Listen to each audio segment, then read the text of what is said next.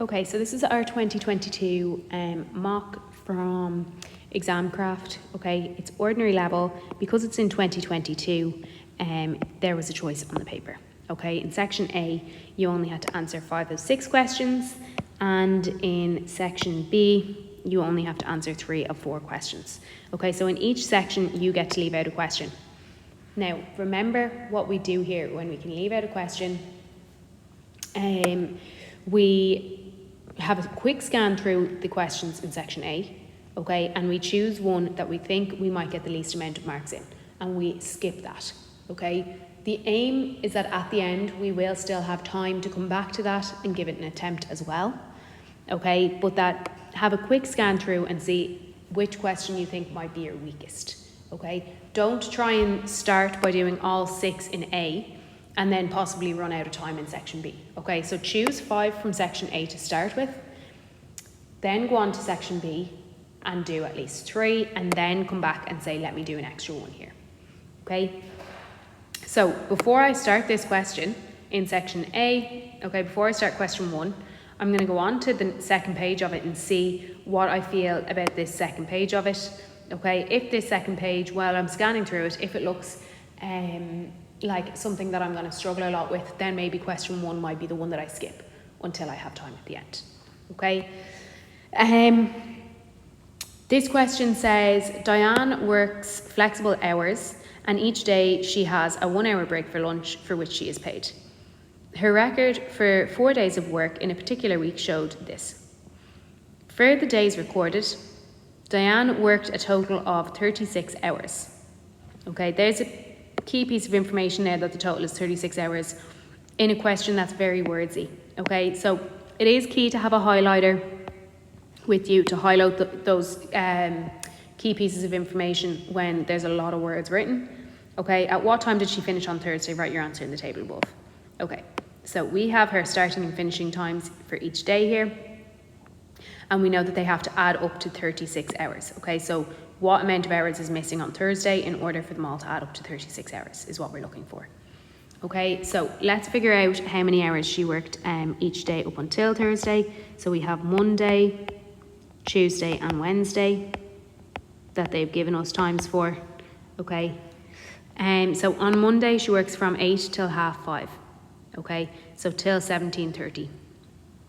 So you literally can count those hours on your hand. Okay, so from 8, so up till 9 is 1 hour, till 10 is another, okay, then 11, 12, 1, 2, 3, 4, 5. Okay, so I'm at 9 hours there when I get to 5. Okay, so I'm at 9 hours, and then there's another half hour at the end. Okay, if I wanted to write that as a decimal in the hours, okay, it's a half an hour, so it's 0.5.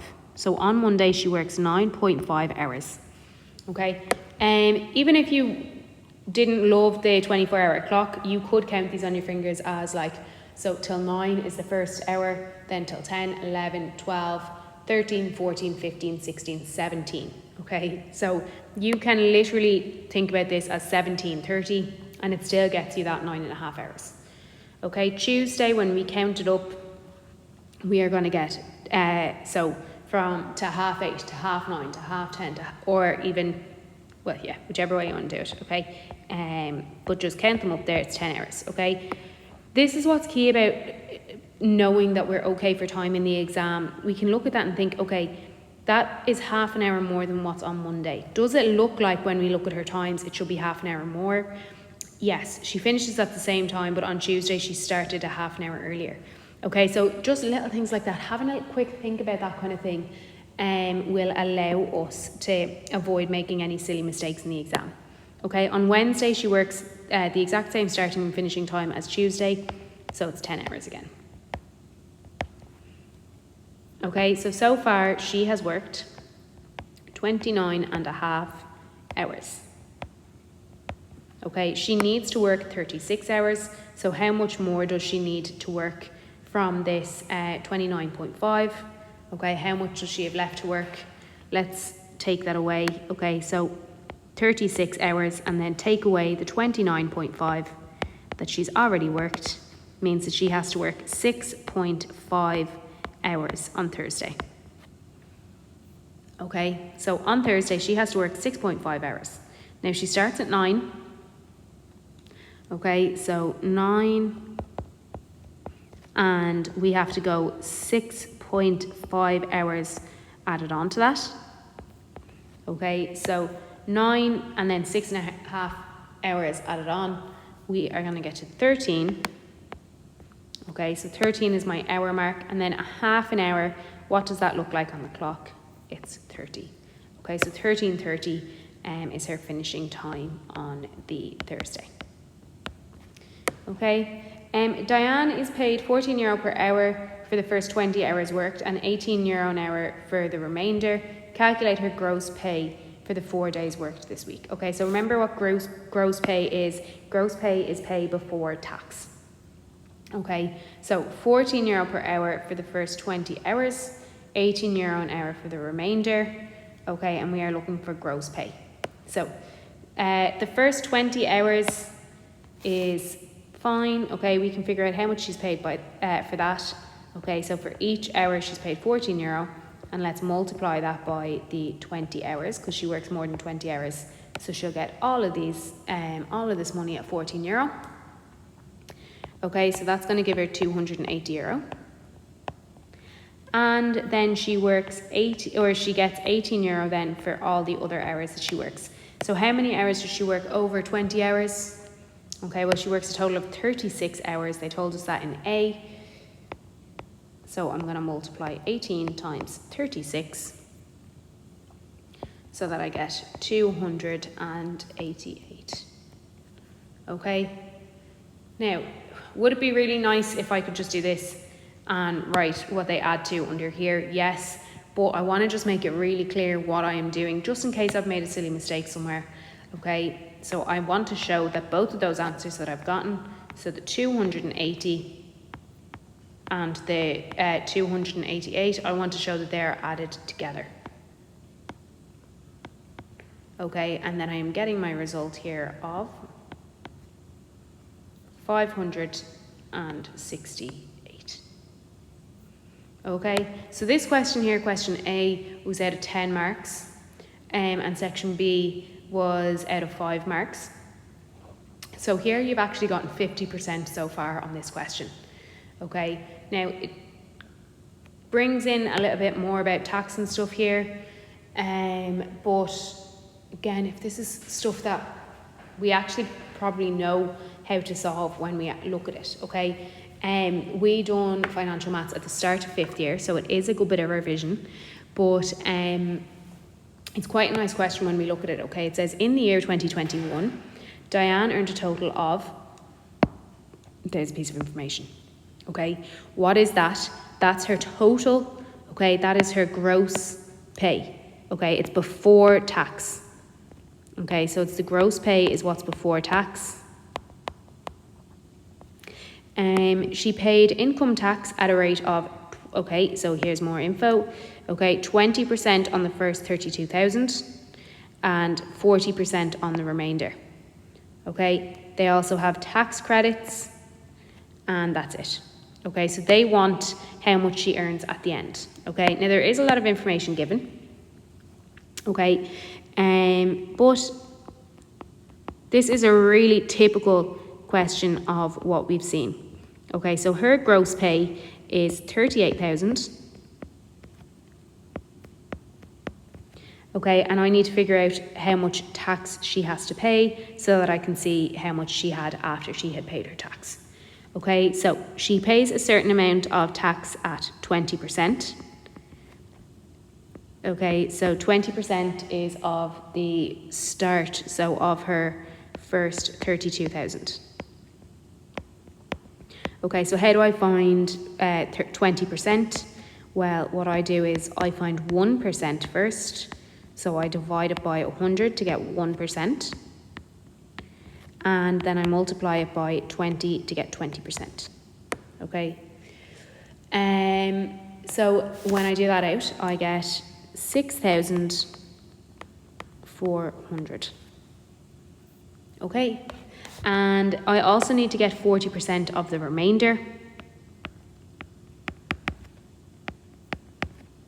So what is the remainder of what she earned? Okay, anything over this 32,000. Okay, so what it is 40% of 6,000. Okay, so anything that she earned over this 32,000, and she earned a total of 38,000, so she earned 6,000 over this. Okay, so again, what I'm going to do is I'm going to find, well, what is 1% of 6,000 by dividing by 100? Okay, and when I find 1%, then I'm going to multiply that by 40 to get 40%. Okay, and I'm going to get that is 2,400.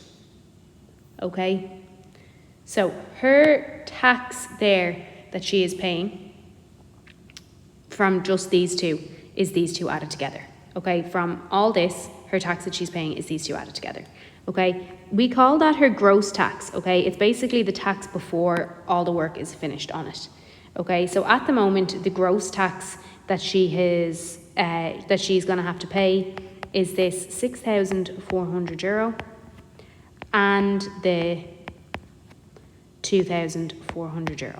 Okay, but the key thing here is when you're paying tax. Okay, we don't like tax. What we do like is credit. Okay, and here they give us tax credits. Okay, tax credits are really, really nice to us because it's the government saying, do you know what? You can take this amount off your taxes that you have to pay me.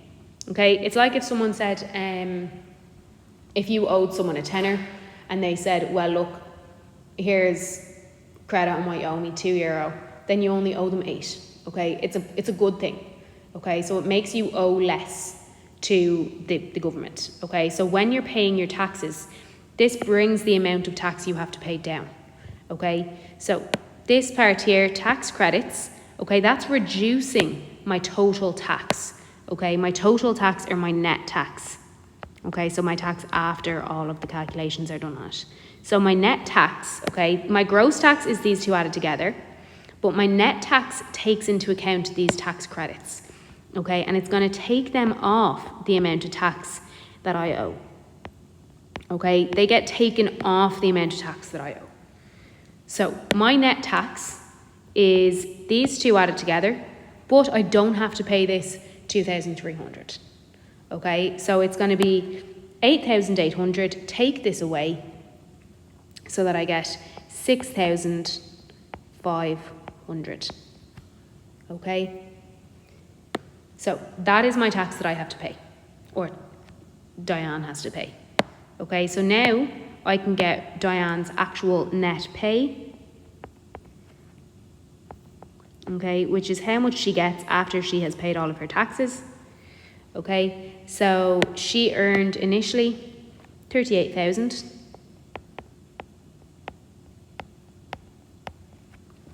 And of that now she has to pay tax on 6,500.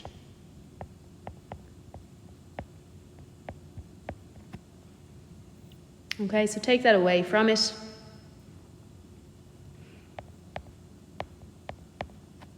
And we'll get 31,500. Okay. I've used my tax credits. I use them up here. Okay, that is really where they should be applied. Some of you might not have taken them away up here. Okay, and some of you might have said, okay, let's say that her tax is just these two added together. So 8,800. Okay, so if you took 8,800 away from this, then at the end you need to look at your tax credits as being a benefit to you, and actually add them on to the total amount you earn. But it's technically incorrect, but it's fine, okay? But that's why sometimes you will see that tax credits are added on, and you might still have gotten the correct answer, okay? It's if you add them on at the end here. Only if you didn't already use them up here, then they need to be added on to the amount you earn, okay? The last part of this says, Diane also pays PRSI at a rate of P%, key word here, on her gross income, okay? Not the income you found, not her net income, her gross income, Okay, so it was given here at the start of the last question. In 2021, Diane paid a total of €1,330. Okay, calculate what this percentage. Okay, so what percentage of her gross income is this? Okay, so think about this as in terms of your tests and stuff like that. Okay, if you have, let's say 80 marks out of 90 marks and you have to calculate what percentage is that, you would do 80 over 90 and multiply it by 100. Okay, it is the exact same thing here. They're saying she pays this amount of this. Okay, so what is that as percentage? So all we have to do there is say, okay, so that 1,300 is what she pays out of her gross income. So her gross income is up here 38,000. Okay, so out of 38,000 she pays that amount. Okay, that's it as a fraction, and they want it as a percentage, so I multiply by 100. Okay, and I'm going to get that it is 3.5%. Okay, so P% is 3.5%. Okay, so technically P is 3.5. Okay, now if you got 3.5%, it's very unlikely that you're going to lose any marks there if you just finish there. Okay, but technically P is 3.5. Okay, that last part there was only out of 5 marks, and this top part here was out of 10, and was actually a question that is very repetitive of what you would have seen before. Okay, it really handed you 10 marks there out of the 15 marks on this page.